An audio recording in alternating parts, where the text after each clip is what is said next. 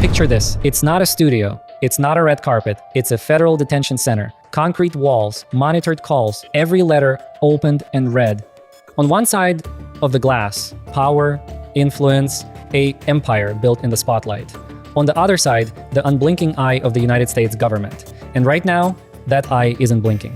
It's zeroed in. We've heard the rumors for decades. Whispers in VIP sections, stories that sounded too dark to be true, legends that ended in tragedy, names like Tupac, like Biggie, like Kim Porter. For years, they were whispers. Now, they're evidence. This isn't just another celebrity scandal. This is a reckoning. And at the center of it all, a man who lived his life as if he was untouchable. Sean Diddy Combs. But the feds, they've been building a case. And what they've allegedly collected isn't just about one incident. It's about a pattern, a lifestyle, parties behind locked doors, where the rules didn't apply, where NDAs were weapons, where security guards weren't just protection, they were enforcers. And now, the most dangerous man to that empire isn't a rival, it's a former friend, an insider, someone who saw it all.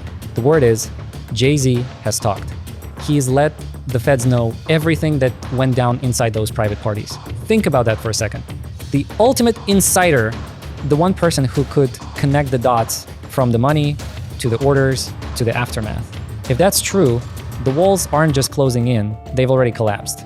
We knew this was coming. The lawsuit from Cassie was just the first crack. The moment that video leaked him assaulting her in that hotel hallway, it was like a dam broke. But that video, it wasn't just about Cassie. The feds saw that, and they saw a blueprint of control, of violence, of impunity. They said to themselves, if he did this on camera, what did he do when the cameras weren't rolling?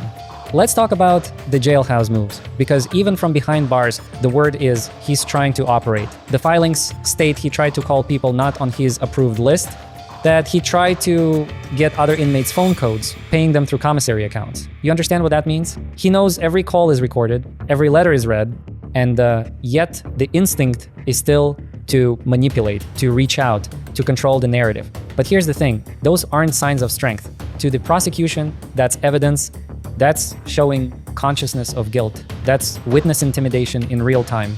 His lawyers are filing substantial bail packages. They're getting denied. Multiple judges are looking at this man and saying, no, you stay right where you are. Why?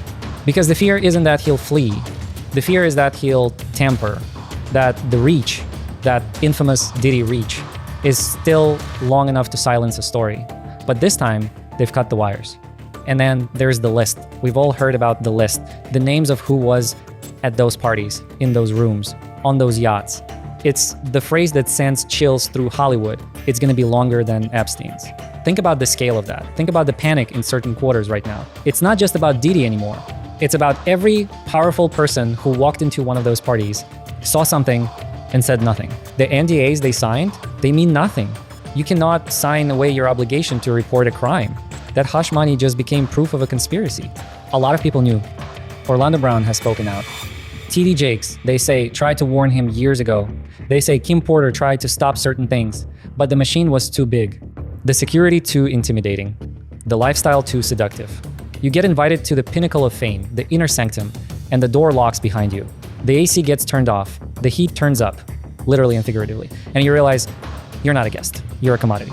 But somebody kept receipts. In the most modern way possible, they say Young Miami had everything on her iPhone.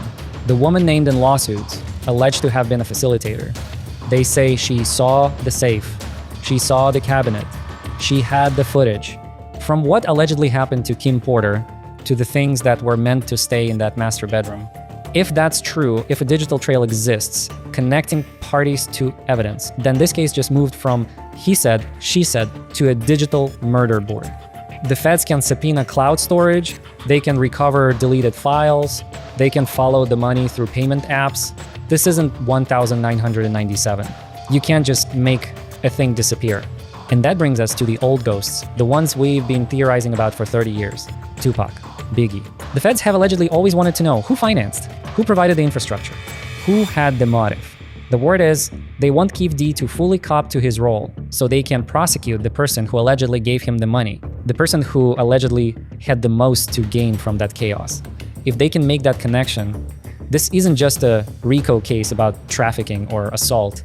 This becomes a historic, generational reckoning. This is where you come in.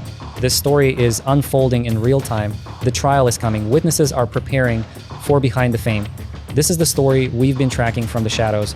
If you want every single update, every breakdown of these court filings, every connection exposed, you need to be subscribed with the bell icon on. This isn't going to be covered on the evening news. We're going deeper. Don't miss a thing. But let's talk about the heart of this. Cassie. She's the key witness. She's the one who suffered for a decade, allegedly under his control. And she's pregnant right now.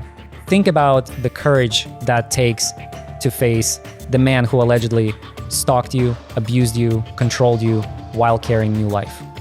The defense will try to twist it. They'll say it was consensual. They'll attack her character. But that video is the prosecution's atomic bomb. It shows the pattern.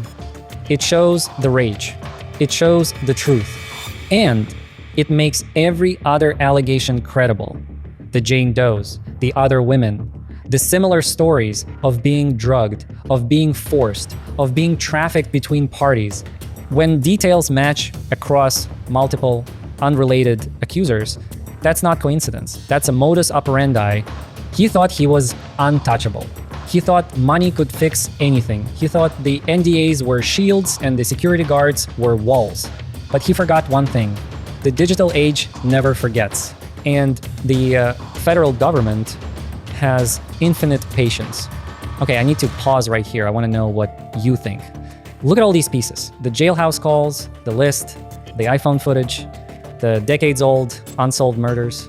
This is a puzzle spanning 30 years of hip-hop history. What's the one connection that chills you the most? Is it the alleged financing of violence? The pattern of silenced witnesses? The sheer scale of the implicated names? Drop your opinion in the comments right now. Let's talk about this. This story is built on whispers, but the truth is shouted in the evidence. Let me see your thoughts. The curtain is closing on an era defined by bad behavior and unchecked power. The next era will be defined by the courage of those who spoke up and the cold, hard weight of evidence. This is Behind the Fame. We don't chase gossip. We connect timelines. We follow the evidence. Now, I want to hear from you one more time. The deep dive doesn't end here. What topic do you want broken down next? The full, hidden history of death row records and the federal case that finally took it down? The untold story of the real players behind the 90 seconds hip-hop wars? Or a forensic breakdown of how the feds actually build a RICO case in the entertainment world? Comment below and tell me exactly what you want the next deep dive to be. If you haven't joined the search for truth yet, hit subscribe, hit the bell, and get in the comments. The story is always deeper behind the fame.